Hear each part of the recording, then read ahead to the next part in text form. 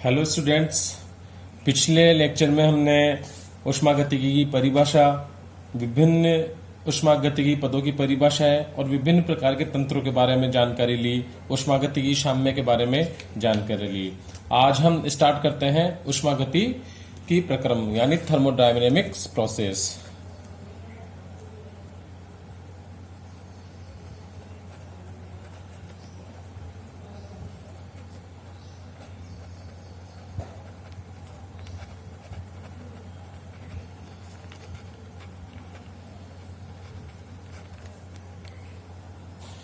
तो thermodynamic process या ऊष्मागतिकी प्रक्रम क्या होता है? जब तंत्र में एक अवस्था दूसरी अवस्था में परिवर्तित होती है तो जिस प्रोसेस के द्वारा ये होती है उसे बोलते हैं ऊष्मागतिकी प्रक्रम। मतलब वह क्रिया जिसके द्वारा तंत्र की एक अवस्था दूसरी अवस्था में परिवर्तित होती है। तो सबसे पहले हम लेते हैं समतापी प्रक्रम। इसको हम क्या बोलेंगे? Isothermal process. जैसे कि नाम से ही पता चल रहा है, समतापी मतलब ताप समान रहना चाहिए। जब तंत्र की एक अवस्था दूसरी अवस्था में परिवर्तित हो और तंत्र का ताप कांस्टेंट बना रहो, मतलब टेम्परेचर में क्या नहीं आना चाहिए? चेंजेस। मतलब डीटी, मतलब जो डी क्या बता रहा है यहाँ पे? टेम्परेचर में चेंज को बता रहा है, तो डीटी क्या होगा? 0। मतलब वह प्रोसेस जिसमें तंत्र की एक अवस्था दूसरी अवस्था में परिवर्तित होती हो और ताप क्या रहता है? कांस्टेंट रहता है। तो वो कौन सा प्रक्रम कहलाएगा? समतापी प्रक्रम कहलाएगा। अब चूंकि समतापी प्रक्रम के लिए कंडीशन क्या बन जाती है समतापी प्रक्रम होने के लिए? यदि परिपार्श्व के द्वारा तंत्र पे कार्य किया गया। मतलब परिपार्श्व आपको पता क्या होता है? ऊष्मागतिकी का वह भाग जो कि ऊष्मागतिकी अध्ययन के लिए सेलेक्ट किया गया, वो तो हो गया तंत्र, और उसके अलावा ब्रह्मांड का सारा भाग क्या होता है? परिपार्श्व होता है। यदि परिपार्श्व द्वारा तंत्र पे कार्य किया जाता है तो ऊष्मा माना कि तंत्र का ताप बढ़ा, एनर्जी बढ़ी, तो उस कंडीशन में क्या होगा? इसको अपना तापमान स्थिर रखना है, तो जो तापमान बढ़ा है वो तापमान क्या कर देगा? ये बाहर फेंक देगा, परिपार्श्व को दे देगा। तो प्रक्रम कौन सा हो जाएगा? समतापी। और ऊष्माक्षेपी मतलब जो तापमान बढ़ा वो उसको उसने वापस लौटा दिया। और यदि तंत्र द्वारा कार्य किया जाता है और तंत्र के तापमान में कमी हो जाती है तो उस कमी को कैसे पूरा करेगा? ये परिपार्श्विक से क्या कर लेगा? ऊष्मा को ग्रहण कर लेगा और अपना तापमान स्थिर रखेगा। तो समतापी प्रक्रम में क्या होता है? परिपार्श्व से ऊष्मा का आदान प्रदान हो सकता है जिससे कि तंत्र का तापमान नियत बना रहे। और चूंकि इसमें तापमान का परिवर्तन नहीं होता है इसलिए dt = 0 और आंतरिक ऊर्जा जो कि तापमान का ही फलन होता है वो भी क्या हो जाएगी? 0। मतलब ऊर्जा में परिवर्तन 0 होता है और तापमान में परिवर्तन भी 0 होता है। अब हम बात करते हैं दूसरे प्रक्रम की जो है रुद्धोष्म प्रक्रम यानी एडियाबैटिक प्रोसेस।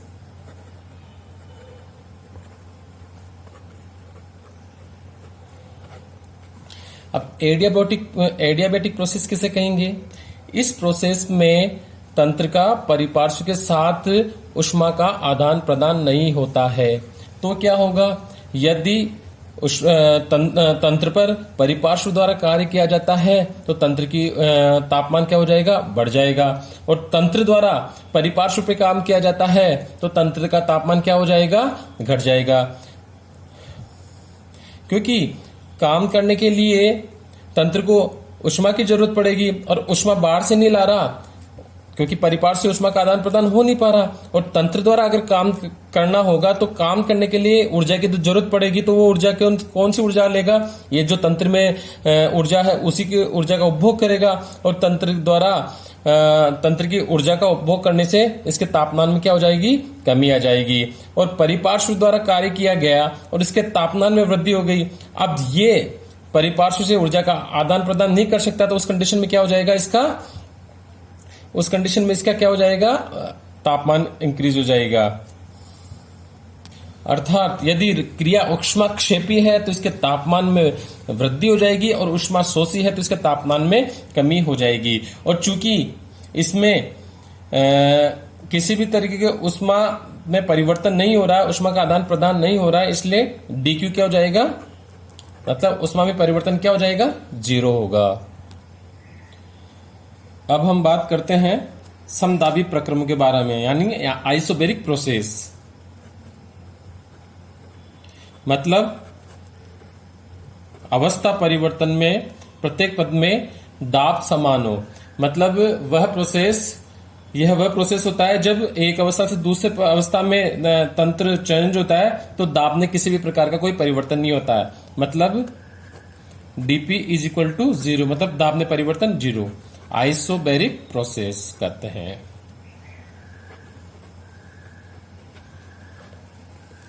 अब आ जाता है समायतनिक परिवर्तन।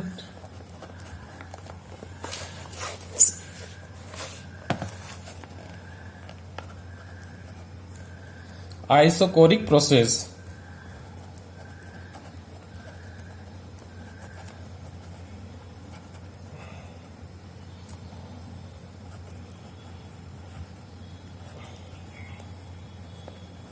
इस प्रोसेस में क्या होता है, इस प्रक्रम में क्या होता है, जब तंत्र एक अवस्था से दूसरे अवस्था में परिवर्तन होता है तो आयतन में किसी भी तरह का कोई परिवर्तन नहीं होता है। मतलब आयतन में परिवर्तन इज इक्वल टू 0, मतलब वॉल्यूम क्या रहेगा, कांस्टेंट रहेगा।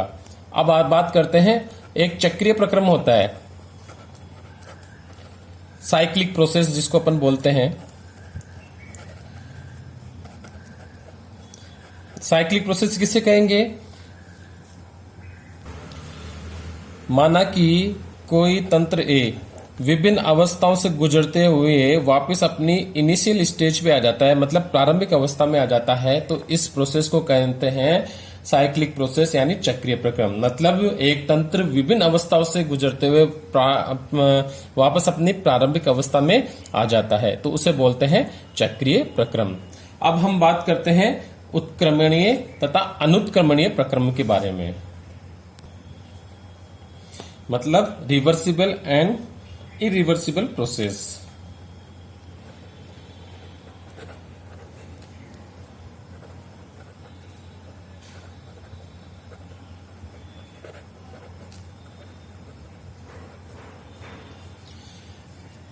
देखिए बच्चों, जब प्रेरक बल मतलब ड्राइविंग फोर्स प्रतिरोधी बल यानी अपोजिंग फोर्स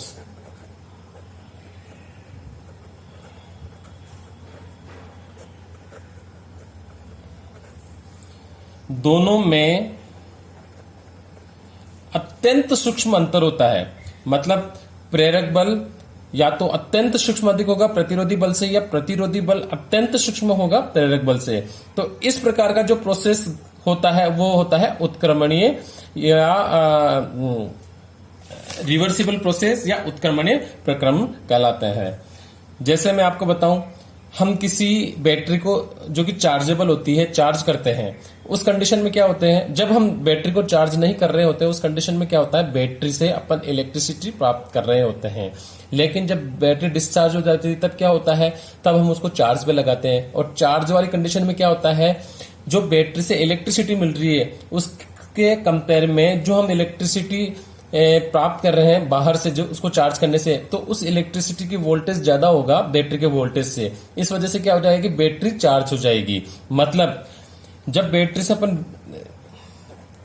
बैटरी से इलेक्ट्रिसिटी ले रहे होते हैं तब तो बैटरी अपने को प्रोवाइड कर रही है इलेक्ट्रिसिटी, लेकिन जब बैटरी को चार्ज कर रहे हैं और इसको इलेक्ट्रिसिटी दे रहे हैं तब क्या होता है, बैटरी से जो इलेक्ट्रिसिटी मिल रही है उसके कंपेयर में इसका ड्राइविंग फोर्स ज्यादा है जो बाहर से हम इसको चार्ज कर रहे हैं। तो उस कंडीशन में क्या हो जाएगा, बैटरी चार्ज हो जाती है। तो ये क्या किस प्रोसेस का उदाहरण है, उत्क्रमणीय प्रोसेस का उदाहरण है। इसको एक और एग्जाम्पल से हम समझेंगे। माना कि ये ए और ये बी व्यक्ति है, ये एक दूसरे को फोर्स कर रहे हैं, ठीक है। माना कि ये फोर्स कर रहा है 10 न्यूटन से और ये कर रहा है 9.9 से। तो इस कंडीशन में क्या होगा, ये इसको इधर की तरफ धकेल देगा, बी किसको धकेल देगा, ए को धकेल देगा। लेकिन अब एक यदि 10.1 न्यूटन लगा देता है फोर्स, तो उस कंडीशन में क्या होगा, ए इसको इधर धकेलने लग जाएगा। तो मतलब इन दोनों में क्या हुआ, बहुत ही प्रेरक बल और प्रतिरोधी बल। ये तो इसका क्या हो गया प्रेरक बल, और किसके विरुद्ध कार्य करता है, ये 9.9 के विरुद्ध, तो ये हो गया प्रतिरोधी बल यानी अपोजिंग फोर्स। तो प्रेरक बल और प्रतिरोधी बल में अत्यंत सूक्ष्म अंतर होता है, और प्रतिरोधी बल की मात्रा बढ़ा दी जाती है तो जो प्रोसेस होता है वो उल्टा हो जाता है। इसीलिए इसको रिवर्सिबल प्रोसेस या उत्क्रमणीय प्रक्रम भी कहते हैं। लेकिन अनुत्क्रमणीय प्रक्रम में क्या होता है, अनुत्क्रमणीय जो प्रक्रम होता है उसमें प्रेरक बल और प्रतिरोधी बल के बीच में ज्यादा अंतर होता है। प्रेरक बल और प्रतिरोधी बल के बीच में क्या होता है, ज्यादा अंतर होता है। जैसे हम समझ सकते हैं कि A और B, ये तो लगा रहा है 10 न्यूटन से और ये लगा रहा है 5 न्यूटन से, तो आपने को साफ पता लग रहा है कि ये इसको आराम से इधर धकेल देगा, इसमें काफी अंतर है। तो प्रेरक बल और प्रतिरोधी बल में ज्यादा अंतर होता है तो वो क्या होता है, अनुत्क्रमणीय प्रक्रम होता है।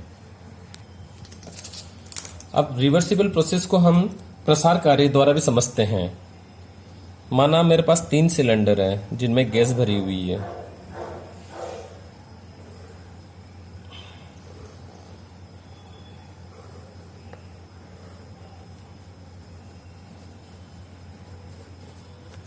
और तीनों में पिस्टन लगा हुआ है।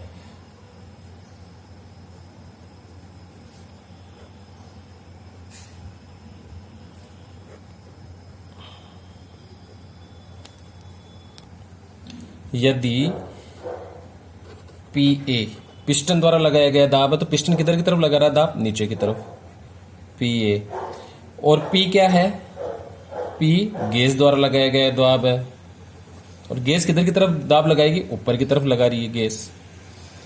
तो जब PA और P दोनों इक्वल हो गए तब क्या होगा, साम्य अवस्था रहेगी, ना तो पिस्टन नीचे जाएगा ना पिस्टन ऊपर जाएगा।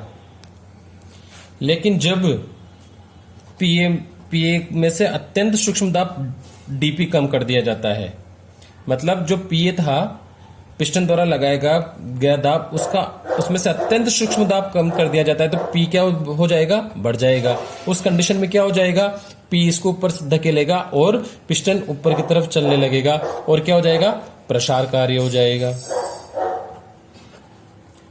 तो यहां पर प्रतिरोधी बल कौन सा हुआ, यहां P तो हो गया, यहां P मतलब गैस द्वारा लगाया गया बल, तो क्या हो गया, प्रेरक बल हो गया, मतलब ड्राइविंग फोर्स हो गया। और PA क्या हो गया, जिस बल के विरुद्ध कार्य किया जा रहा है वो क्या हो गया, विरोधी बल यानी अपोजिंग फोर्स। अब यहां अपोजिंग फोर्स कितना कम हो गया, PA माइनस DP। DP क्या है, अत्यंत सूक्ष्म दाब है, जो किस में से कम कर रहे हैं, अपन PA में से कर रहे हैं, जिसकी वजह से प्रसार कार्य हो रहा है और पिस्टन ऊपर की ओर धकेला जा रहा है। तो यहां पे विरोधी बल क्या हो गया, प्रेरक बल से अत्यंत कम हो गया। दूसरी कंडीशन अपन बात करें, यदि P मतलब गैस के दाब में से अत्यंत सूक्ष्म दाब कम हो जाए, या अपन इसको इस तरीके से देखते हैं, या हम इसको इस तरीके से देखते हैं, यदि P का दाब अत्यंत सूक्ष्म अधिक कर दिया जाए तो उस कंडीशन में क्या हो जाएगा, PA का दाब अत्यंत सूक्ष्म अधिक कर दिया जाए तो PA बढ़ जाएगा, PA का दाब बढ़ जाएगा, और ये क्या करेगा, P वाले दाब से अधिक हो जाएगा, P का दाब क्या हो जाएगा, कम, और PA क्या हो जाएगा, बढ़ जाएगा। तो उस कंडीशन में एक कंप्रेस करेगा, पिस्टन गैस को कंप्रेस करेगा और कंप्रेशर वर्क हो जाएगा, मतलब ये कंप्रेस हो जाएगी, गैस क्या हो जाएगी, संपीड़ित हो जाएगी, जिसे संपीड़न वर्ग कहेंगे। तो दोनों परिस्थितियों में अत्यंत सूक्ष्म परिवर्तन किया गया है। यदि मैं PA को अत्यंत सूक्ष्म कम कर दूं, P की तुलना में, गैस के दाब की तुलना में पिस्टन का दाब अत्यंत कम कर दूं, तो क्या हो जाएगा, एकदम से प्रसार कार्य हो जाएगा और गैस का वॉल्यूम बढ़ जाएगा और गैस प्रसारित हो जाएगी। ये कौन सा वर्क हो जाएगा, ये वाली कंडीशन कौन से वर्क की होगी, PA अत्यंत कम हो गया P की तुलना में, तो ये कौन सा प्रसार कार्य हो जाएगा, अनुत्क्रमणीय प्रसार कार्य। समझ में आया। तो उत्क्रमणीय कार्य होने के लिए क्या होना चाहिए, प्रेरक बल और प्रतिरोधी बल में अत्यंत सूक्ष्म अंतर होना चाहिए, और अनुत्क्रमणीय कार्य क्या होता है, प्रेरक बल और प्रतिरोधी बल में ज्यादा अंतर होता है, तो वो अनुत्क्रमणीय कार्य होता है। और वास्तविक में जो उत्क्रमणीय वर्क है या उत्क्रमणीय प्रक्रम है वो एक काल्पनिक है तथा सैद्धांतिक है, काल्पनिक और सैद्धांतिक है, और एक आदर्श परिस्थिति को बताती है, केवल आदर्श परिस्थिति को बताती है। नेचर में होने वाले सारे प्रोसेस कौन से होते हैं?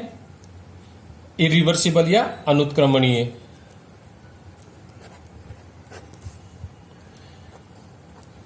नेचर में होने वाले सारे प्रोसेस अनुत्क्रमणीय होते हैं। हम जो भी देखते हैं वो सारे प्रोसेस कौन से? अनुत्क्रमणीय होते हैं।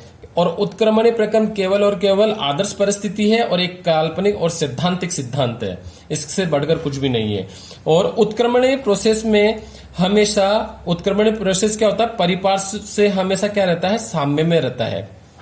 और जैसे अपन इसके वेरिएबल्स में चेंज करते हैं ये प्रोसेस रिवर्सिबल हो जाता है, इसके उत्क्रमणीय प्रोसेस कहते हैं। अब हम उत्क्रमणीय प्रक्रम और अनुत्क्रमणीय प्रक्रम के बीच में डिफरेंस देखेंगे।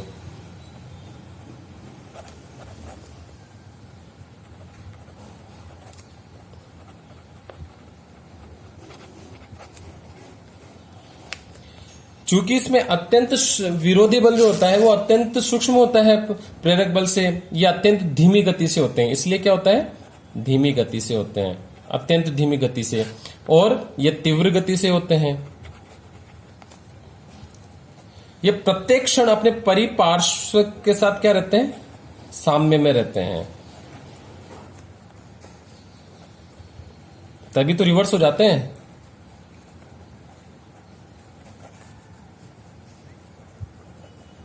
और ये पूर्णता की ओर अग्रसित होते हैं।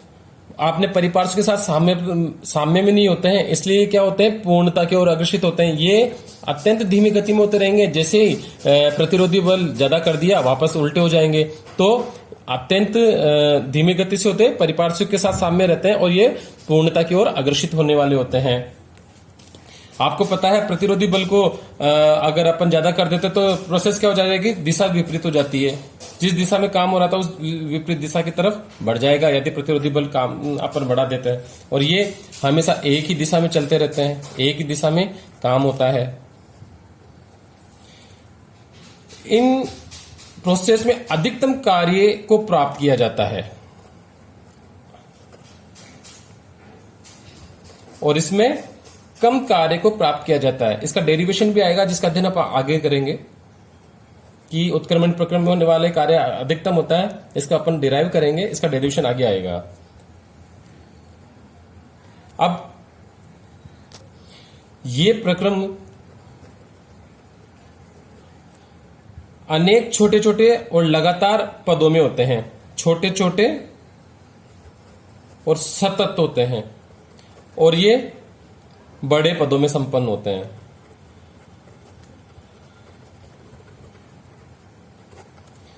और इनकी बात करें तो परिपार्श्विक से कोई स्थायी परिवर्तन हुए बिना ये अपनी प्रारंभिक अवस्था को प्राप्त कर सकते हैं। मतलब परिपार्श्विक में अपने को कोई स्थायी परिवर्तन करने की जरूरत नहीं है और ये वापस अपने इनिशियल स्टेज में क्या आ जाएंगे, मतलब प्रारंभिक अवस्था में आ जाते हैं।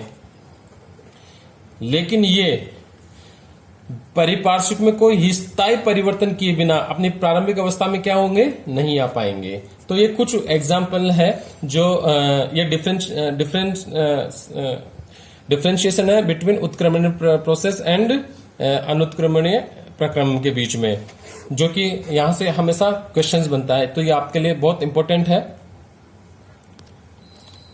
अब हम बात करेंगे अवस्था फलन और पथ फलन के बारे में।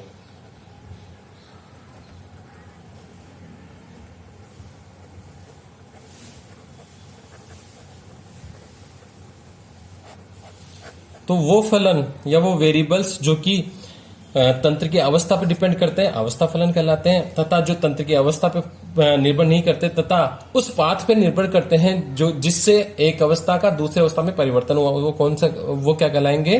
वो वेरिएबल्स पथ फलन कहलाएंगे। अब अवस्था फलन कौन से होते हैं? अपन ने फर्स्ट लेक्चर में भी पढ़ा कि ताप, दाब, आयतन इत्यादि क्या होते हैं? अवस्था फलन होते हैं। इन तीनों के फिक्स मान से किसी भी तंत्र की एक अवस्था को आइडेंटिफाई किया जा सकता है। जब इनमें चेंजेस आ जाएंगे तो अवस्था में भी परिवर्तन हो जाएगा। तो ये किस पर डिपेंड करते हैं? तंत्र की प्रारंभिक अवस्था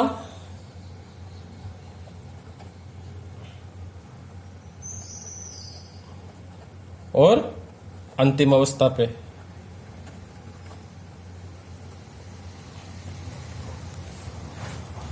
जैसे अब ताप की बात करूं मैं, तो डेल टी क्या बताएगा ताप में परिवर्तन का। ताप में परिवर्तन को माना कि जब एक अवस्था में था तो उसका तापमान था T1 और जब दूसरी अवस्था में पहुंच गया था उसका तापमान हो गया T2। तो उस कंडीशन में डेल टी क्या हो जाएगा, del T is equal to T2 minus T1।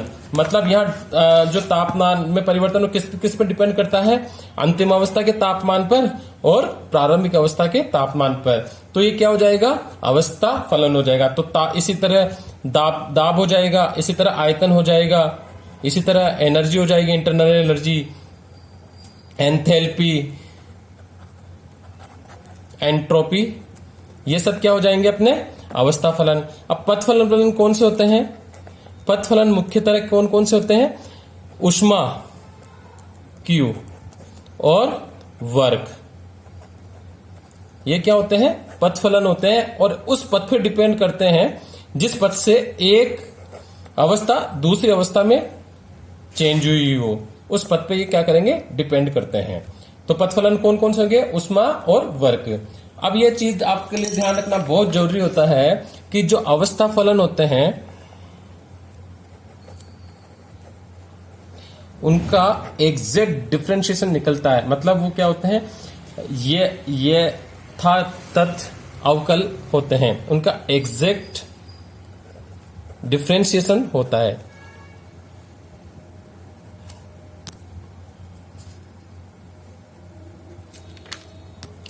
और जो पथ फलन होते हैं वो इनएग्जैक्ट, जो पथ फलन होते हैं वो इनएग्जैक्ट डिफरेंशियल होते हैं। अब ऐसा क्यों होता है, सिंपल, ज्यादा डीप में नहीं जाकर इतना सा समझते हैं। जैसे आयतन है, अब आयतन में परिवर्तन को अपन ने डेल और अत्यंत सूक्ष्म परिवर्तन को अपन डी से निर्धारित करते हैं। तो डीवी क्या हो जाएगा, DV equal to V2 minus V1। और इसी तरीके से माना एनर्जी है, एनर्जी किस किस का फंक्शन है, प्रेशर का और टेम्परेचर का। माना अपन ने energy is the function of pressure and temperature. और डी क्या बता देगा, डी बता देगा E2 माइनस E1। मतलब ऊर्जा में परिवर्तन कैसे नापेंगे अपन, अंतिम अवस्था की ऊर्जा और प्रारंभिक अवस्था की ऊर्जा, और उसी के द्वारा इसका क्या किया जाएगा, डिफरेंशिएशन किया जाएगा। तो यहां पर मैग्नीट्यूड ऑफ चेंजेस है, मतलब लिमिट दे रखा है, लिमिट का मैग्नीट्यूड ऑफ दे रखा है जिसके बीच में इंटीग्रल या डिफरेंशिएशन किया जा रहा है। लेकिन अब जब अपन पथ फलन की बात करते हैं तो पथ फलन तो उस पथ पे डिपेंड करता है जिस पथ पे ए बी में चेंज हुआ है। तो ये इस अवस्था में इस अवस्था पे डिपेंड नहीं कर रहा, वो तो पथ पे डिपेंड कर रहा है। तो उस कंडीशन में अपने पास क्या लिमिट रहेगी और क्या मैग्नीट्यूड ऑफ चेंज रहेगा। तो इसी वजह से इनका डिफरेंशिएट यथायथ या इसको इनएग्जैक्ट डिफरेंशियल होते हैं ये। और जो अवस्था फलन होते हैं जितने भी, वो क्या होते हैं, एग्जैक्ट डिफरेंशियल होते हैं। और जो अवस्था फलन होते हैं जो कि एग्जैक्ट डिफरेंशियल होते हैं, उनका एक लाक्षणिक गुण ये भी होता है कि उनका चक्रीय समाकलन हमेशा शून्य होता है। ये शो करता है चक्रीय समाकलन को। और कोई प्रॉपर्टी है z, तो उसका चक्रीय समाकलन, और ये z क्या है, अवस्था फलन है, तो उसका चक्रीय समाकलन क्या होगा, शून्य होगा। लेकिन जो पथ फलन होते हैं उनका चक्रीय समाकलन क्या होता है, उनका चक्रीय समाकलन कभी भी 0 नहीं होता है। और पथ फलन में अपन मोस्टली क्या कौन कौन सा देखा अपन ने, एक तो देखा अपन ने हीट और एक क्या देखा, वर्क। तो इनका चक्रीय समाकलन क्या होता है, 0 नहीं होता है। यहां से ऑब्जेक्टिव क्वेश्चंस बनते हैं, अपने पास ऑब्जेक्टिव क्वेश्चंस बनते हैं। कई प्रतियोगिता परीक्षाओं में क्वेश्चन पूछा जाता है, अपने को अवस्था फलन दे दिए जाएंगे और अपने को बोला जाएगा कि इनमें से कौन सा एग्जैक्ट डिफरेंशियल है और कौन सा इनएग्जैक्ट डिफरेंशियल है। अपने को अवस्था फलन और पथ फलन का मिक्सचर दे दिया जाएगा और छाटने को बोल दिया जाएगा कि इनमें से कौन सा इनएग्जैक्ट डिफरेंशियल है। तो यहां से हमें ऑब्जेक्टिव क्वेश्चंस बनते हैं। तो बच्चों आज हमने क्या क्या प्रोसेस के बारे में पढ़ा, उत्क्रमणीय अनुत्क्रमणीय प्रोसेस के बारे में पढ़ा, और लास्ट में अपन ने एग्जैक्ट एंड इनएग्जैक्ट डिफरेंशियल के बारे में पढ़ा। नेक्स्ट चैप्टर में अपन concept of work and heat के बारे में पढ़ेंगे। धन्यवाद।